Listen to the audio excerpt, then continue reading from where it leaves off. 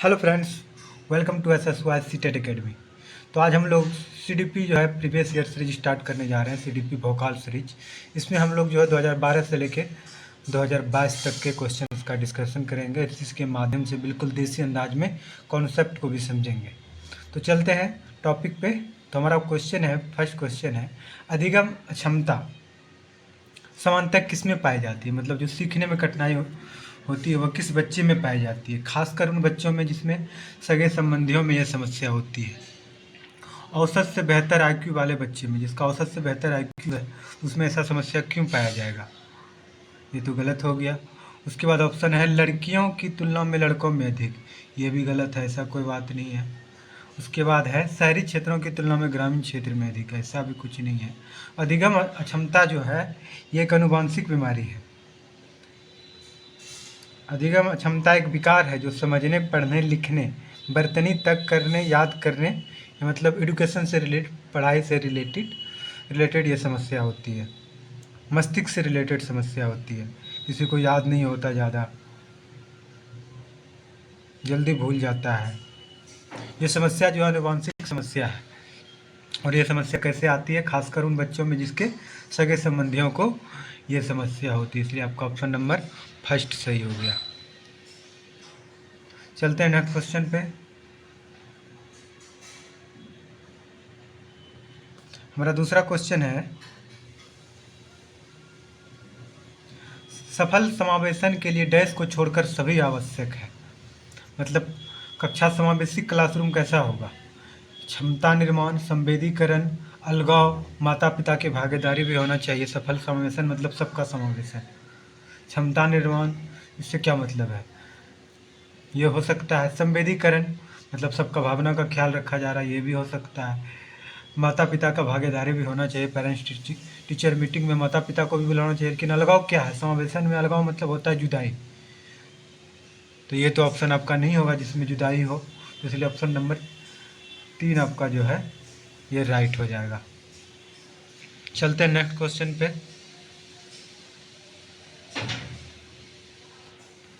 Next question है, nursery कक्षा में शुरू करने के लिए सबसे अच्छी प्रथम प्रसंग कौन सा है? नर्सरी कक्षा में आप एक नर्सरी कक्षा के टीचर हैं, तो बच्चा को मतलब सबसे अच्छा टॉपिक कौन सा लगेगा? कौन सा टॉपिक आप स्टार्ट कीजिए जो बच्चा को ज़्यादा इंटरेस्टिंग लगेगा, ज़्यादा पढ़ने में इच्छा जताएगा। कोई नया क्लास स्टार्ट करना है, नया टीचर है, तो क्लास स्टार्ट करने के लिए सबसे पहले आप मेरा पड़ोस चैप्टर लीजिएगा, या मेरा परिवार चैप्टर लीजिएगा, या मेरा सबसे अच्छा मित्र, या मेरा परिवार। सबसे अच्छा जो टॉपिक होगा वह मेरा परिवार। उसके परिवार के बारे में पहले चर्चा कीजिएगा। तुम्हारे घर में कौन है, नहीं है, तो इस टॉपिक में बच्चा ज़्यादा इंटरेस्ट लेगा। तो ऑप्शन हो जाएगा मेरा परिवार। चलते हैं नेक्स्ट क्वेश्चन पे। हमारा नेक्स्ट क्वेश्चन है,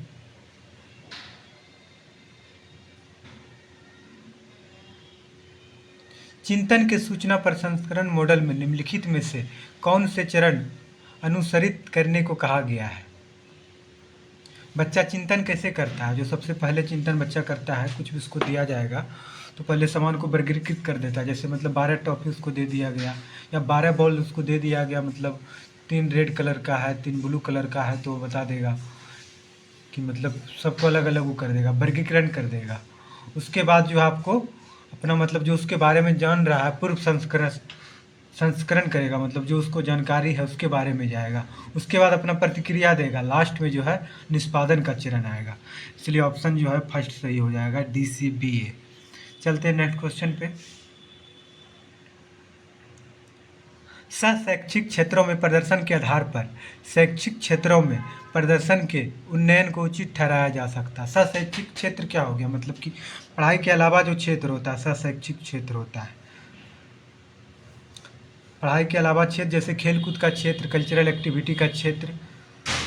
प्रदर्शन के आधार पर शैक्षिक क्षेत्रों में प्रदर्शन को मतलब को बच्चा जो होता है खेल कूद में तेज होता है, पढ़ाई में उतना तेज नहीं होता है। तो व्यक्तिगत भिन्नता को पूरा करने के लिए आप सतत और व्यापक मूल्यांकन जैसे हम करेंगे तो उसके आधार पे जो है इसको शामिल कर लेंगे। शैक्षिक क्षेत्र का भी इसमें मूल्यांकन हम कर सकते हैं। शैक्षिक और शैक्षिक क्षेत्रों में विभिन्न गतिविधियों के आयोजन के माध्यम से संज्ञानात्मक क्षमताओं का विकास होता है। इसके माध्यम से हम लोग कर सकते हैं। तो शैक्षिक और क्षेत्रीय क्षेत्रों में प्रदर्शन के आधार पर शैक्षिक क्षेत्रों में प्रदर्शन का उचित मूल्यांकन ठहराया जाता है, क्योंकि कोई बच्चा खेल कूद में तेज है, कोई बच्चा पढ़ाई में तेज है, तो दोनों को संतुलित करने के लिए हर एक बच्चे में व्यक्तिगत भिन्नता होता है, वो हर एक चीज़ में तेज नहीं हो सकता, इसलिए ऐसा क्यों किया जाता है, तो व्यक्तिगत भिन्नताओं को पूरा करने के लिए। सब में अलग अलग क्वालिटी होता है, हर एक बच्चे में अलग व्यक्तिगत भिन्नता होता है, इसलिए उचित ठहराया जाता है शैक्षिक क्षेत्र में भी इसको, शैक्षिक क्षेत्र को व्यक्तिगत भिन्नता को पूरा करने के लिए। चलते हैं नेक्स्ट क्वेश्चन पे। आंशिक पुनर्गलन क्या है? आंशिक पुनर्गलन वही है जब जब बच्चा को सहायता पड़ता है वहाँ वहाँ बच्चा को सहायता दिया जाता है। और सतत पुनर्गलन क्या है कि लगातार उसको सहायता दे रहे हैं। तो मतलब सतत आंशिक पुनर्गलन जो है सतत पुनर्गलन की तुलना में अधिक प्रभावी है कि बच्चा को जहाँ पे सहायता की ज़रूरत हो उसको वहीं पे सहायता दिया जा रहा है, तो वो ज़्यादा प्रभावी होगा। नहीं तो बार बार मतलब अपना मन से बच्चा को करके सीखने का मौका नहीं मिलेगा। आंशिक पुनर्गलन जो है बच्चा को खुद से करके सीखने का मौका देता है, इसलिए ऑप्शन नंबर फर्स्ट आपका सही हो जाएगा। चलते हैं नेक्स्ट क्वेश्चन पे। हमारा नेक्स्ट क्वेश्चन है, प्रतिभाशाली छात्र होते हैं, प्रतिभाशाली छात्र जिसका IQ जो है 140 प्लस होता है, तो उसमें क्या क्या गुण होते हैं? शिक्षकों से स्वतंत्र होते हैं, स्वभाव में अंतर्मुखी होते हैं, अपनी ज़रूरतों के बारे में वो निश्चित रहता है, वो जो अपना निर्णय लेने में स्वतंत्र होता है। चलते हैं नेक्स्ट क्वेश्चन पे। एक बच्चा जो है 100 को वॉच न्यूक्लियर को अनक्लियर कर देता है, 100 वाज न्यूक्लियर में अंतर नहीं कर पाता है, क्यों नहीं कर पाता है?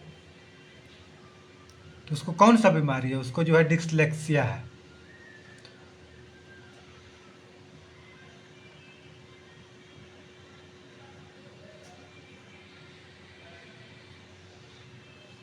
अब 16 साल के बच्चे की बुद्धि लब्धि 75 है, मतलब IQ जो है उसका 75 है। उसके बाद वो एज कितना है? रियल एज है 16। तो उसका मानसिक आयु निकालना है, मेंटल एज निकालना है। मेंटल एज बराबर व्हाट? तो IQ निकालने का फार्मूला होता है IQ बराबर जो फार्मूला होता है उसमें जो होता है मेंटल एज। मेंटल एज यहाँ पे कुछ नहीं है तो x मान लीजिए। रियल एज कितना है? 16 है, इसको 100 से मल्टीप्लाई कर दीजिए,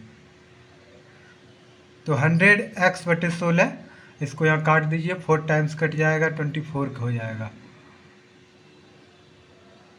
तो यहाँ पे हो जाएगा 25x/4 बराबर IQ यहाँ पे कितना है? 75। 75 मल्टीप्लाई 4 कर दीजिएगा तो आपका आएगा 300 बराबर 25 आ जाएगा। तो अब x बराबर निकाल दीजिएगा तो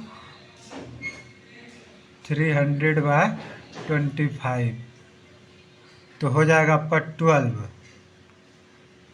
तो IQ कितना हो जाएगा आपका? ये 12 ईयर हो जाएगा। ऑप्शन नंबर 4 आपका सही हो जाएगा। चलते हैं नेक्स्ट क्वेश्चन पे।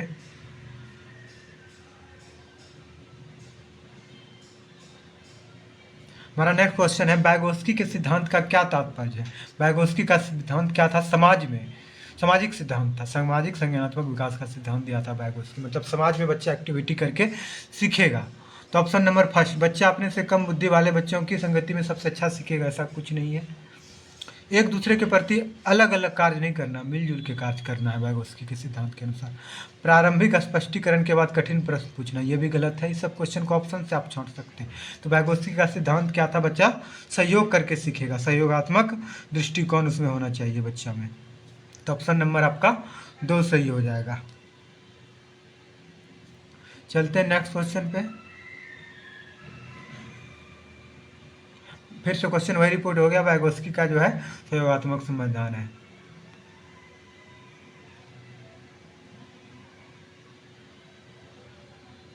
किशोर अनुभव कर सकते हैं। किशोरावस्था जो होता है 12 से लेके 18 साल के बीच में होता है, तो इसमें बच्चा खुद के बारे में चिंता अनुभव कर सकता है। इसमें जो अपने शरीर में परिवर्तन होता है उसके बारे में अनुभव कर सकता है, और भी जीवन के बारे में तृप्ति की भावना, ऐसा कुछ नहीं होता है कि जीवन के बारे में उसको तृप्ति प्राप्त करना है। किशोर जो है मतलब खुद के बारे में, अपना चिंता के बारे में उस अध्ययन कर सकता है किशोर जो है। इसमें जो शारीरिक विकास में चेंजेस होता है, हार्मोनल विकास में चेंज होता है, भावनात्मक विकास में चेंज होता है, सामाजिक विकास में चेंज होता है। बच्चे साथियों के साथ अधिक समय बिताते हैं, विपरीत लिंग के प्रति आकर्षण होता है इस अवस्था में। इसलिए हम कह सकते हैं वो अपने बारे में चिंता का अनुभव कर सकते हैं। शारीरिक विकास होता है, भावनात्मक विकास होता है, सामाजिक विकास होता है।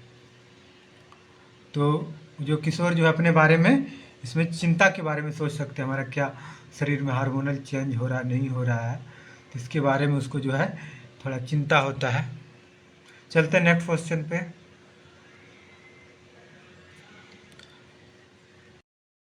भाषा की सबसे छोटी इकाई क्या है?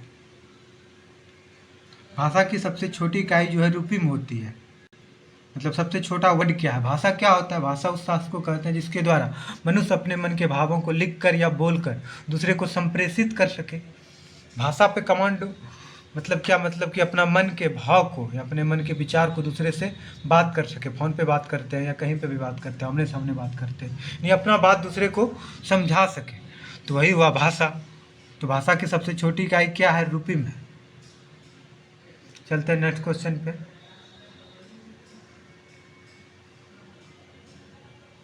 हमारा नेक्स्ट क्वेश्चन है,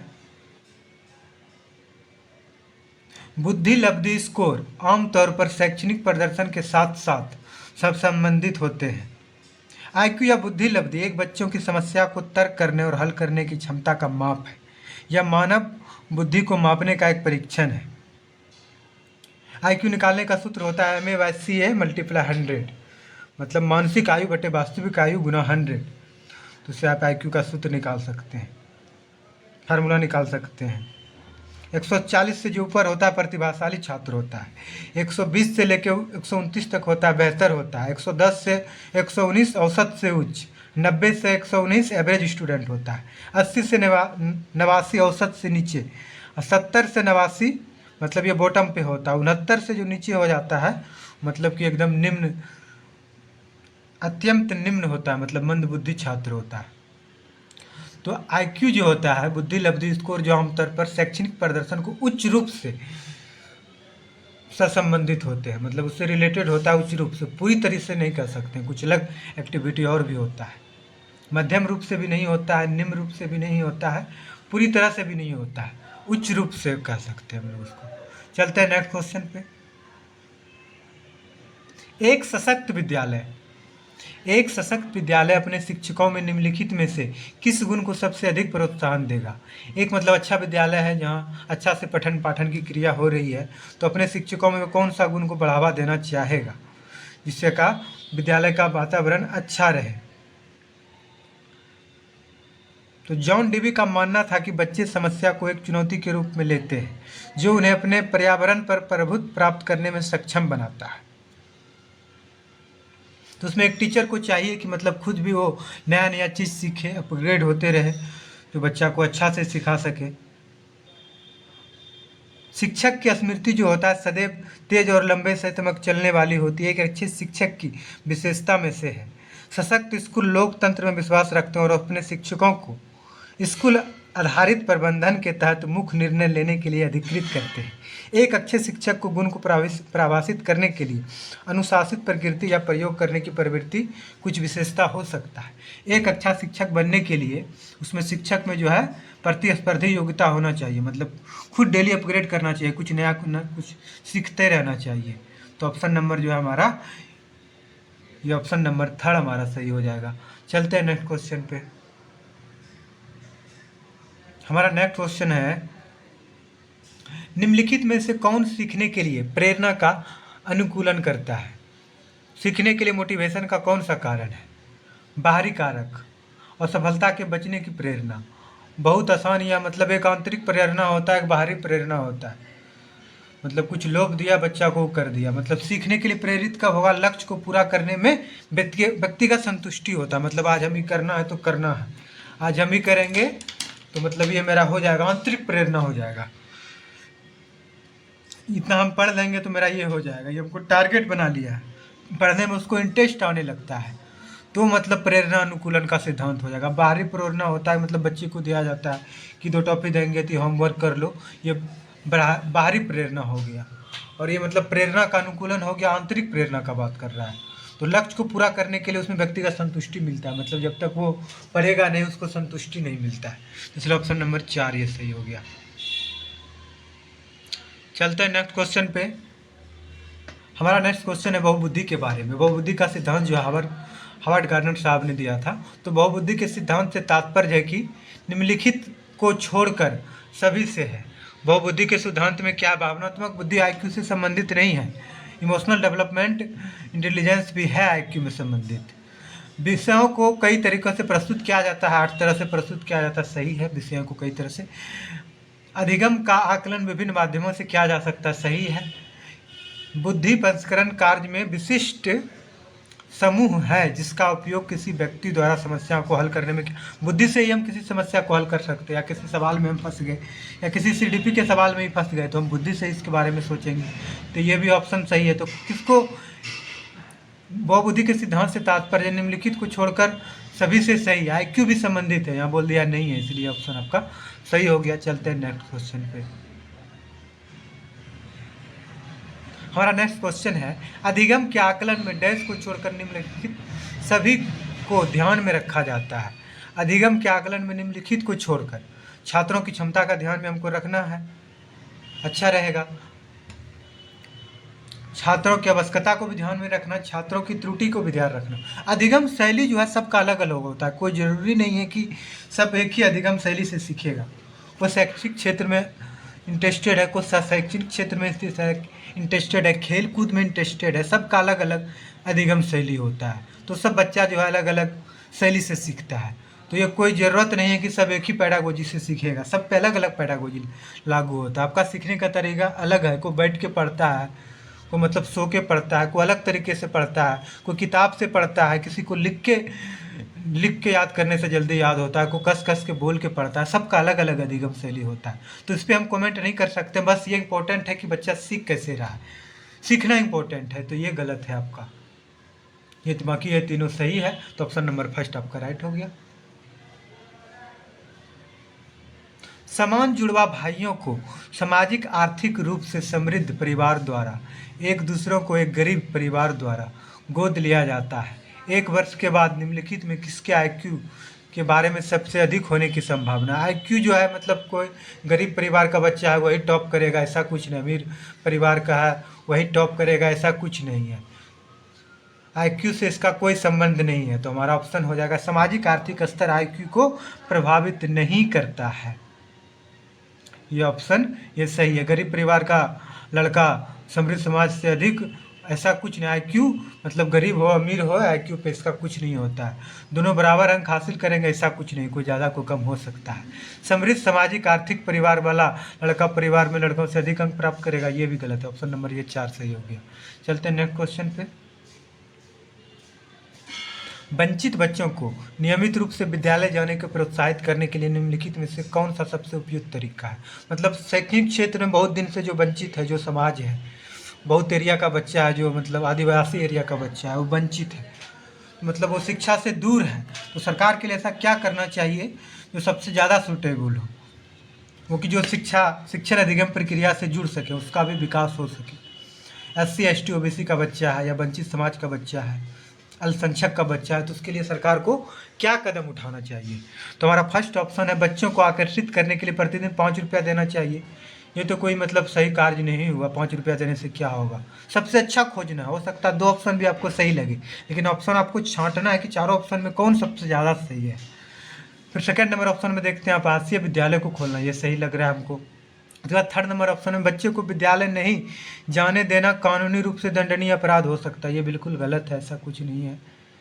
उसके बाद विद्यालय द्वारा नियोजित बाल संग्रहालय को प्रतिदिन बच्चों के लिए बाहर ले जाना, ये भी ऐसा कुछ नहीं है। सबसे बेटर जो ऑप्शन होगा हमारे लिए, आवासीय विद्यालय खोल देंगे तो बच्चा वहीं रहेगा, वहीं पढ़ेगा, इसलिए ऑप्शन ज़्यादा सही हो गया। चलते हैं नेक्स्ट क्वेश्चन पे। हमारा नेक्स्ट क्वेश्चन है किसी विद्यालय में लैंगिक भेदभाव से बचने के लिए सबसे अच्छी विधि क्या हो सकती है।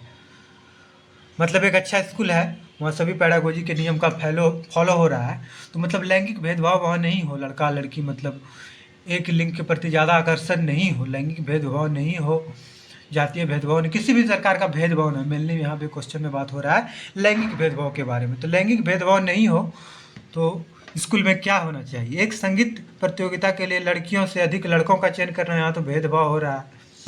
शिक्षकों द्वारा उनके लिंग पक्षपाती व्यवहार का ज्ञान होना, सही बात है। शिक्षकों द्वारा उनके लिंग पक्षपाती व्यवहार का ज्ञान होना चाहिए, मतलब कुछ भी कोई मतलब लैंगिक पक्षपाती व्यवहार किया उसका संज्ञान लेना चाहिए, ये सही है। पुरुष और महिला शिक्षकों की समान संख्या कर दी है भर्ती, लेकिन फिर भी वही व्यवहारें हम कर रहे हैं, तो इससे कोई अंतर नहीं पड़ेगा। विद्यालय में लैंगिक भेदभाव दूर करने के लिए सख्ती से कानून लागू करने से कुछ नहीं होगा, मतलब व्यवहार है कोई कर रहा है तो उसको उसी टाइम उसमें सुधार करना। ऑप्शन नंबर 2 आपका राइट हो गया, संज्ञान ले उस पर टीचर। चलते हैं नेक्स्ट क्वेश्चन पे।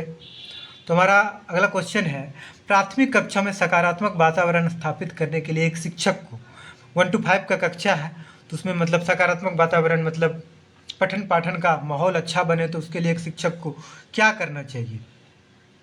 तो ऑप्शन देखते हैं। प्रत्येक बच्चे को सुबह की शुभकामना देनी चाहिए। प्रत्येक बच्चा को हम गुड मॉर्निंग बोल देंगे, सुप्रभात बोल देंगे, तो क्या इससे माहौल अच्छा बन जाएगा? बाकी पढ़े हुए नहीं करेंगे, तो ये तो गलत हो गया। ये सब क्वेश्चन को ऑप्शन से छांट लीजिए। सेकंड नंबर ऑप्शन है, भेदभाव नहीं करना चाहिए और हर बच्चे के लिए समान लक्ष्य निर्धारित करना चाहिए। ये हो सकता है ऑप्शन की सही हो, लेकिन हर बच्चों में सीखने का अलग अलग एबिलिटी होता है, सबका अलग अलग अधिगम शैली होता है, तो सबको एक कैटेगरी में हम कैसे डाल सकते हैं? तो ये भी गलत हो गया। चलते हैं थर्ड नंबर ऑप्शन में, उन्हें सामाजिक के आधार पर समूह बना दीजिएगा, मतलब एससी का बच्चा है तो अलग समूह बना लो, एसटी का बच्चा है तो अलग समूह बना लो, आदिवासी का बच्चा है तो अलग समूह बना लो। ऐसा तो कुछ नहीं है, तो पूरा तर्क गलत है हमारे संविधान के अनुसार और समावेशी शिक्षा के अनुसार भी गलत है। तो ऑप्शन नंबर 4 ही बच गया, तो ऑप्शन नंबर 4 ऑटोमेटिक सही हो जाना। तो इसको पढ़ लेते हैं हम लोग। सकारात्मक अंत वाली कहानियाँ सुनाइए उसमें जो कि सब इंटरेस्टेड ले। चलते हैं नेक्स्ट क्वेश्चन पे। हमारा जो नेक्स्ट क्वेश्चन है, एक शिक्षक निम्नलिखित किस विकल्प को छोड़कर सभी छात्रों के लिए समस्या हल करने का आनंद ले सकता है? आप एक टीचर हैं, मतलब कौन एक विकल्प को छोड़कर सभी में समस्या हल करने की कोई बच्चा को समस्या दे दी है, उसका हल करने को मतलब आप छोड़ सकते हैं उसको, खुली समस्या दे दीजिए उसको, बच्चा दिमाग लगा रहा है उस पर, सही है। निःशुल्क खेलने के लिए समय प्रदान भी दे सकते हैं आप। रचनात्मक सोच मतलब क्या, क्रिटिकल थिंकिंग वाला जो बच्चा उसने सोचिए, ये भी सही है। लेकिन छात्रों से पूर्णता की अपेक्षा नहीं करना कि सब कुछ छात्र ही कर लेगा, तो फिर टीचर का क्या काम है? उससे पूर्णता की अपेक्षा नहीं करना, तो ये ऑप्शन गलत हो जाएगा। यहाँ पूछ रहा है छोड़कर कौन सही है, तो ऑप्शन ये आपका सही हो जाएगा। चलते हैं नेक्स्ट क्वेश्चन पे।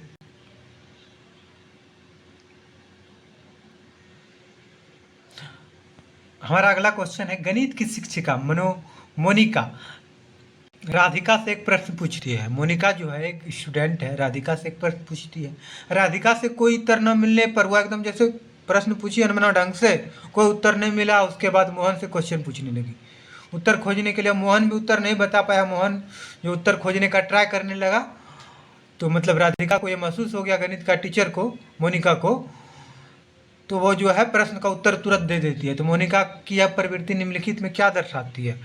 तो मतलब लड़की पे वो ज़्यादा ध्यान नहीं दे रही है, तुरंत क्वेश्चन पूछी, मतलब वो जवाब नहीं दिया, उसके बाद वो तुरंत लड़का से क्वेश्चन कर दिया। तो मोनिका जो है, तो जो गणित की टीचर जो है मोनिका, तो मोहन के पक्ष में भूमिका कि लैंगिक रूढ़िवादिता का समर्थन कर रही है, मतलब लड़का का ज़्यादा सपोर्ट कर रही है। मतलब प्रश्न तुरंत पूछा, जवाब नहीं दिया, उसके बाद मोहन से पूछा, देखा कि वो मतलब नहीं बता पा रहा है, वो बच्चा मतलब उसका पक्ष लेके तुरंत बताने लगी, देख लिया उसका मनोभाव कि मतलब अब नहीं बता पाएगा ही, मतलब तुरंत उसका फेवर ले लिया। तो ये लैंगिक रूढ़िवादिता का समर्थन कर रही है मोहन के पक्ष में। ऑप्शन नंबर ये आपका 4 राइट हो गया। चलते हैं नेक्स्ट क्वेश्चन पे। तो हमारा अगला क्वेश्चन है, बच्चे द्वारा की गई त्रुटियों के संबंध में निम्नलिखित में से कौन सा कथन सत्य है? अगर बच्चा त्रुटि करता है तो बच्चा का त्रुटि को जो है तुरंत नहीं सुधारना चाहिए, उसको त्रुटि को सुधारने के लिए टाइम देना चाहिए। आप तुरंत त्रुटि को सुधार कर लीजिएगा तो बच्चा करके सीखेगा कैसे? तो हमारा ऑप्शन फर्स्ट सही हो जाएगा। 2 नंबर में ऑप्शन, यदि कोई शिक्षक कक्षा में सभी त्रुटियों को ठीक करने में सक्षम नहीं है तो यह इंगित करता है कि शिक्षक शिक्षा प्रणाली विफल हो गया। ऐसा कुछ नहीं, कुछ त्रुटि होता है वो क्लास के बाद भी सुधर जाता है, तो ऐसा कुछ नहीं है। शिक्षक को हर त्रुटि पे ध्यान नहीं देना चाहिए, तो ये भी गलत है। अगर बच्चा कोई त्रुटि करे तो बच्चा को पहले खुद करने का टाइम दीजिए, उसके बाद उसको सुधारिए। तो ऑप्शन नंबर फर्स्ट आपका सही हो गया। चलते हैं नेक्स्ट क्वेश्चन पे।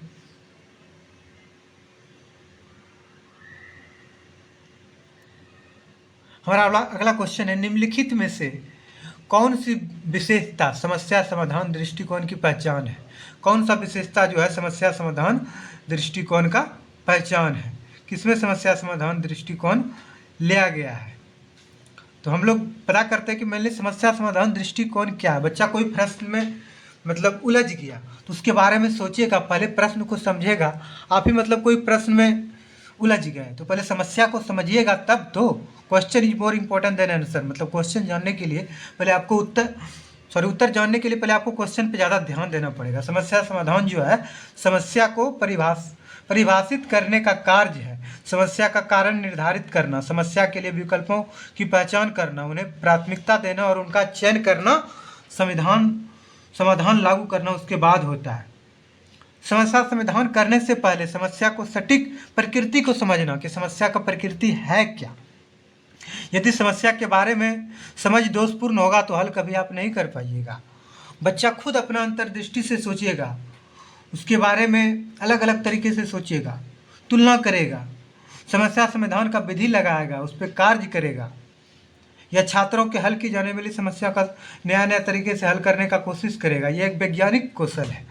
तो समस्या समाधान विषय के लिए कौन सा समस्या समाधान दृष्टिकोण की पहचान करता है? समस्या कथन में एक निहित संकेत दिया जाता है, क्वेश्चन में आंसर छुपा रहता है। समस्या वास्तविक नहीं होती है, समस्या कुछ भी हो सकता है। आमतौर पर सही उत्तर पाने की एक विधि होती है, ऐसा कुछ नहीं है। सही उत्तर तो नॉर्मल तरीके से पा सकते हो, उसमें ज़्यादा रिसर्च क्या करना। समस्या समाधान जो एक वैकल्पिक विधि है, वैज्ञानिक विधि है, इसके बारे में बच्चा सोचेगा, रिसर्च करेगा, तरह तरह एंगल से सोचेगा, मतलब एक उत्तर पाने की विधि नहीं है। तो समस्या केवल एक सिद्धांत, ऐसा कुछ नहीं। समस्या कथन में एक निहित संकेत दिया जाता है, वहीं से आपको उत्तर का संकेत मिल जाएगा। चलते हैं नेक्स्ट क्वेश्चन पे।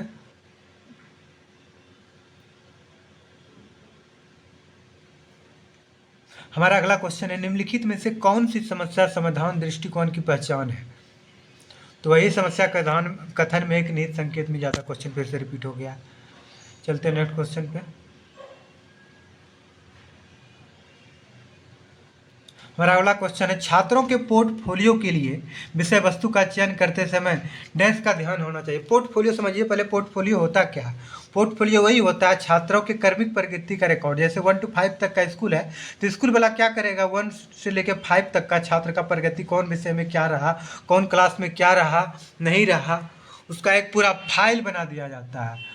वो पूरा फाइल में मतलब सब चीज़ का रिकॉर्ड रहेगा, पढ़ाई का रिकॉर्ड रहेगा, खेल कूद का रिकॉर्ड रहेगा, 1 का रहेगा, 2 का रिकॉर्ड रहेगा, 3 का रिकॉर्ड रहेगा, 4 का रिकॉर्ड रहेगा, सब चीज़ का रिकॉर्ड रहेगा उसमें, हर क्लास का रिकॉर्ड उसमें रहेगा। तो वही होता है पोर्टफोलियो, हर एक चीज़ पे उस पर ध्यान दिया जाता है। मतलब फिर अगला स्कूल में गया तो अगला स्कूल वाला वहाँ से पोर्टफोलियो से मदद से जो है तो छात्र में सुधार किया जा सकता है। तो पोर्टफोलियो क्या है? छात्र का जो उसमें कर्मिक प्रगति का एक फाइल होता है बेसिकली। तो हमारा ऑप्शन को छात्रों का बहिष्करण मतलब छात्रों का बहिष्कार कर देना है। तो पोर्टफोलियो हुआ, पोर्टफोलियो तो मेन छात्र का कर्मिक प्रगति का रिकॉर्ड है।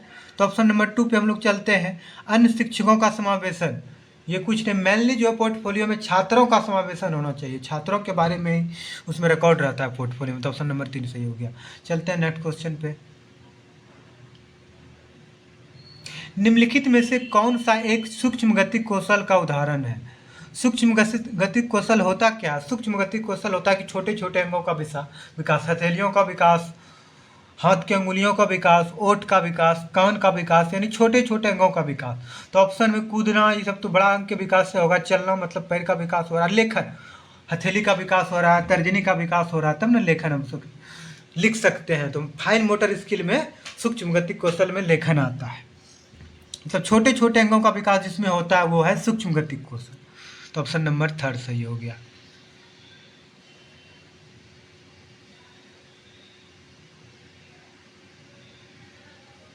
तुम्हारा आज का नेक्स्ट क्वेश्चन है,